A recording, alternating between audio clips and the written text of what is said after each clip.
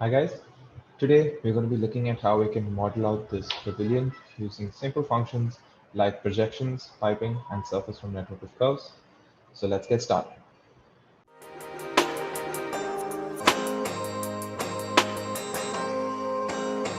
So the first thing that we're going to do is we're going to bring our picture plane from the surface creation toolbar in the top set, and then bring in the image that we need. We're going to bring it into our front view because we are currently modeling out the elevation.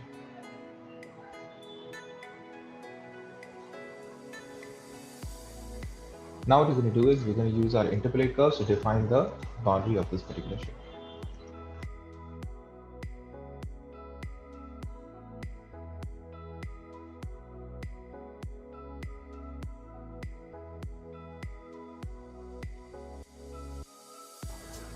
The reason why I'm not following that bend inside this is because that bend is forward. So we're going to make that particular movement in the top view.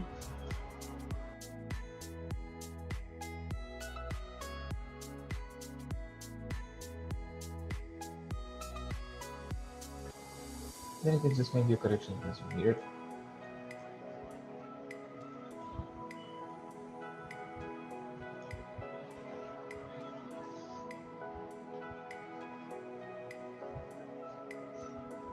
Now we have our first particular line.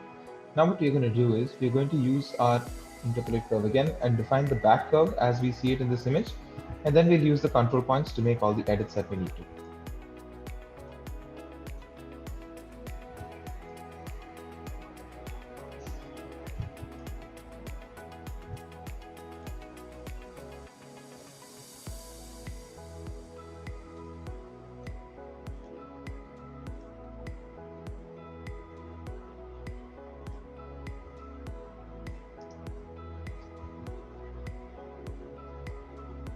So now that we have our two defining curves, we can hide our image.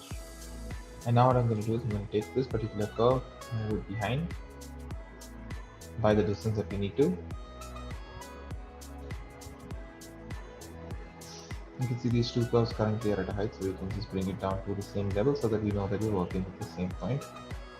And since we have our projections in the particular image kind of dropping down, what we're going to do is we're going to try and make sure that when we project it down, the level that we're going to project it to is going to be the same.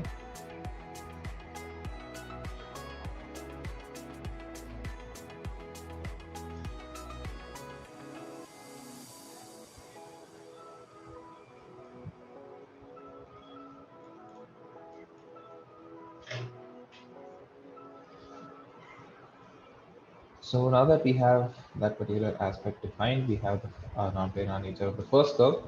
Now we're just going to make the edits to the back curve as well.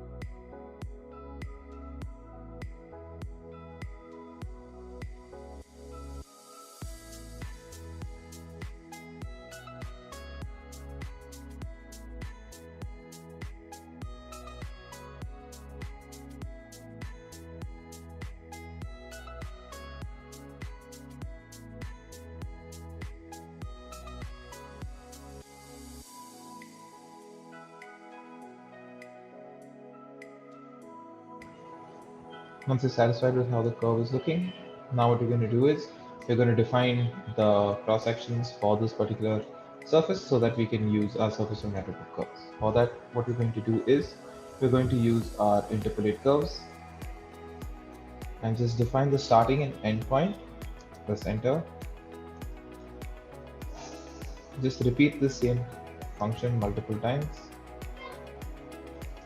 Then we'll make whatever curve we need. The curvature will be added later.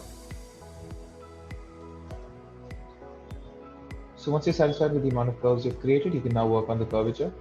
So once you select your particular curve, you'll see that there are two control points located in the center. We could just use that to define the curvature of what we need.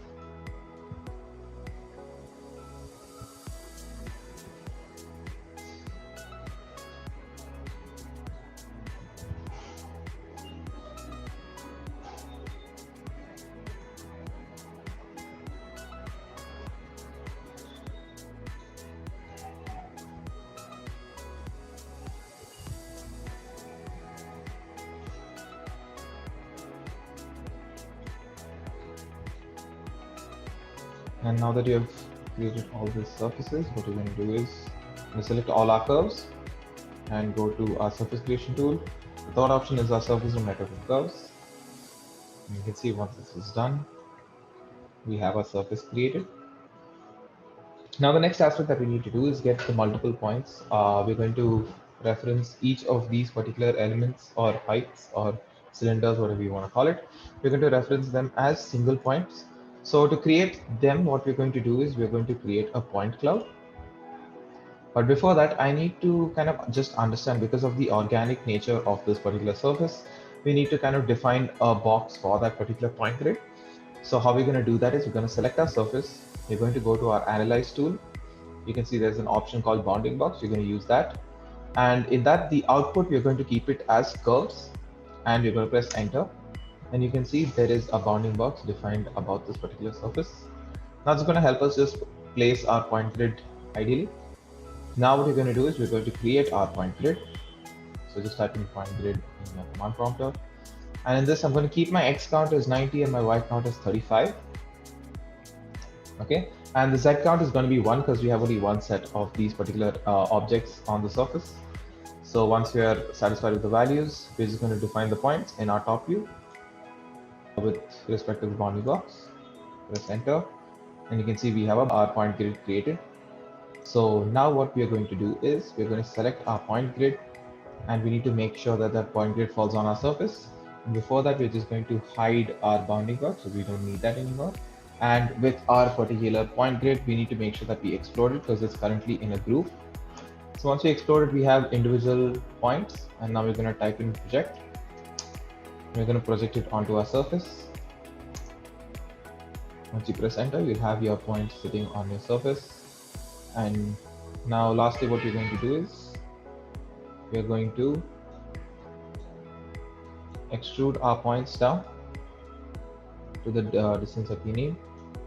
Do it that much. So now that we have our curves, the reason why we're doing that is because right now we have defined all these elements with respect to points, but we have no clarity with respect to the depth of this. So we're going to just give it depth by extruding the curve. And then once we have done this, we are going to then use a particular function to get the object that we need to define that particular elements. So before I do anything, I'm just going to get rid of all the extra things that we have. So I'm going to just deselect curves and select all the points that are there and hide them. Okay, and we have our elements here also we need to get rid of. So make sure that you get rid of these elements. So shift to select multiple and then hide these elements.